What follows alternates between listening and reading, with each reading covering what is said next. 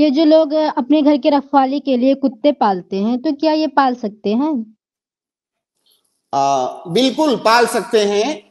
اللہ کے نبی صلی اللہ علیہ وسلم کی اس سلسلے میں واضح حدیث ہے۔ اللہ کے نبی صلی اللہ علیہ وسلم نے کتا رکھنے سے منع فرمایا، مگر چند مقاصد کے تحت کتا رکھنے کی اجازت دی۔ انہی مقاصد میں سے ایک ہے گھر کی رکھوالی کرنے کے لیے، کھیتی کی رکھوالی کرنے کے لیے، مویشیوں کی رکھوالی کرنے کے لیے، شکار کے لیے۔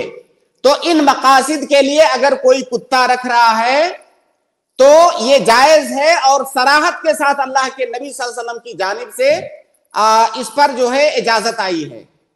نہیں شیخ، کچھ لوگ بولتے کہ اگر وہ گھر کے اندر چلا گیا تو پھر روزی نہیں آتی، فرشتے اس گھر میں نہیں آتے۔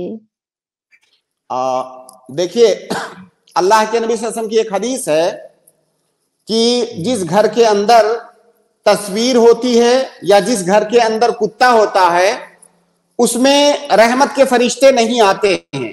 بالکل یہ صحیح حدیث ہے، لیکن جس نبی نے ہمیں یہ بتایا کہ گھر میں کتا ہونے سے رحمت کے فرشتے نہیں آتے، اسی نبی نے باقاعدہ طور سے ایکسیپشن کر کے یہ بتا دیا کہ گھر کی رکھوالی کرنے کے لیے کتا رکھنا یہ جائز ہے۔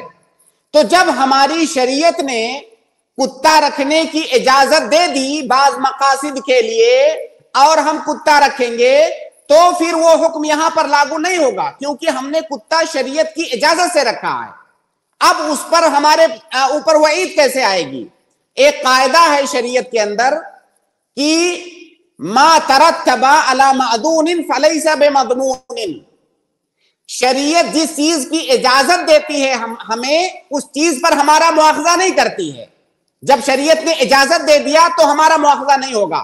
وہ کتا جو شریعت کی اجازت کے بغیر رکھا جائے گھر کے اندر تو رحمت کے فرشتے نہیں آئیں گے۔